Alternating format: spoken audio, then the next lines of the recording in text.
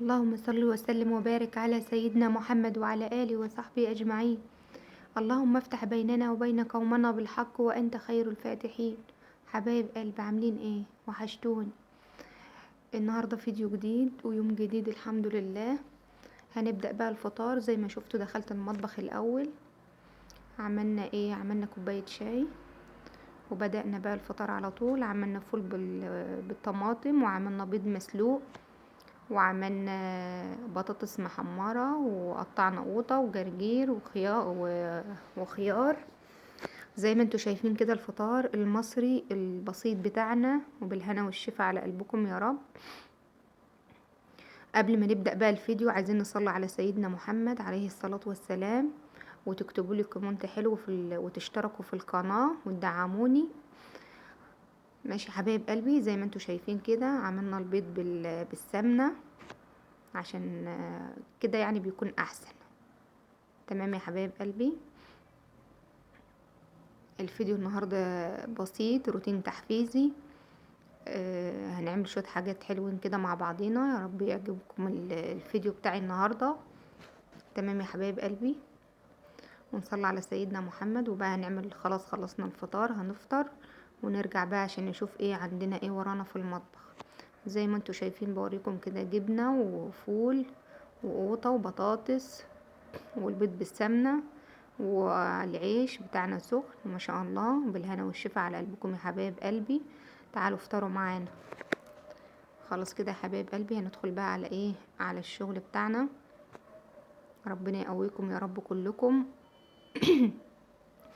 زي ما انتوا شايفين كده كان عندنا قوطة في الطماطم، طماطم في التلاجة يعني ايه، فلقيتها هي حمرة كده تستوي، فقلت بقى الحقها واعمل ايه شوية صلصة معاكم ونفرزهم في الفريزر.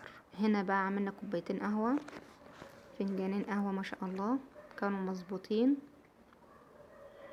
تمام يا حبيب قلبي. هنا سبت الصلصة بقى على النار زي ما انتوا شايفين كده ايه. سبتها لما استوت براحتها على نار هادية. هنا عملتها في الخلاط وبصفيها معاكم. لازم نصفي الصلصة عشان هوريكم دلوقتي اللي هيطلع منها. القشرة بتاعت الطماطم مضرة جدا للقلب يا جماعة، فاهمين؟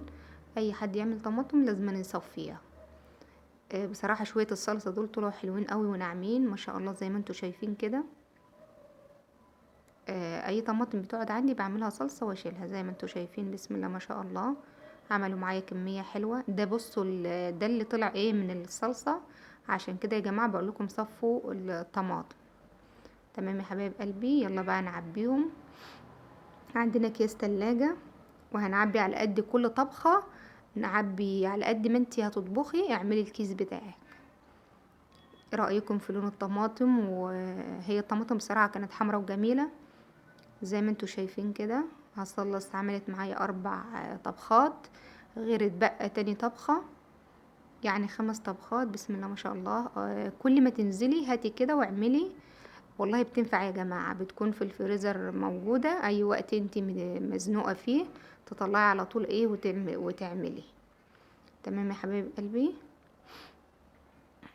عايزاكم تقولوا بتتابعوني منين، وصلوا على سيدنا محمد، واقول لكم ايه، وقولوا لي هتتغدوا ايه النهارده. بالهنا والشفا على قلبكم يا حبايب قلبي.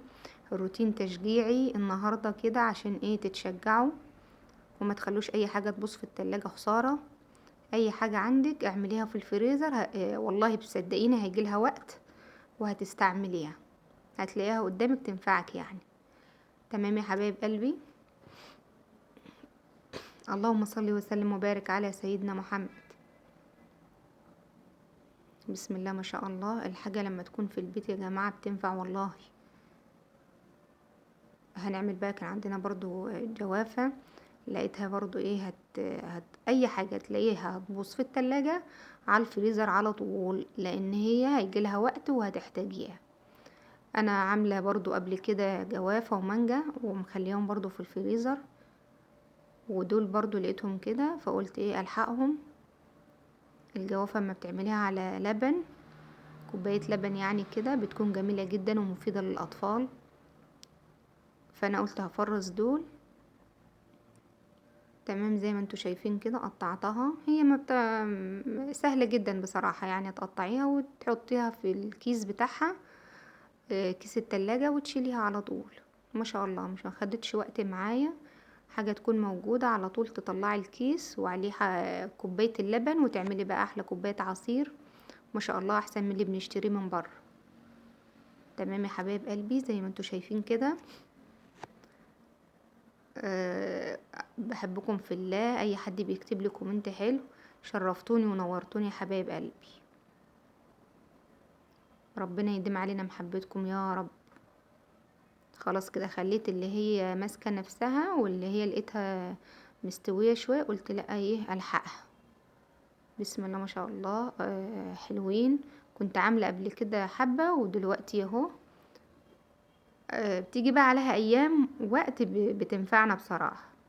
النهارده قلت مش هطول عليكم الفيديو. في الغدا كفايه التفريز والفطار. زي ما انتوا شايفين الروتين كان بسيط النهارده الحمد لله. الروتين البسيط بتاع اي بيت عادي. ما شاء الله.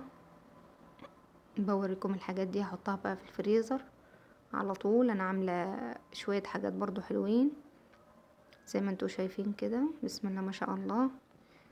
عملت بقى الغدا النهارده كان رز، ومرضيش اطول عليكم يعني.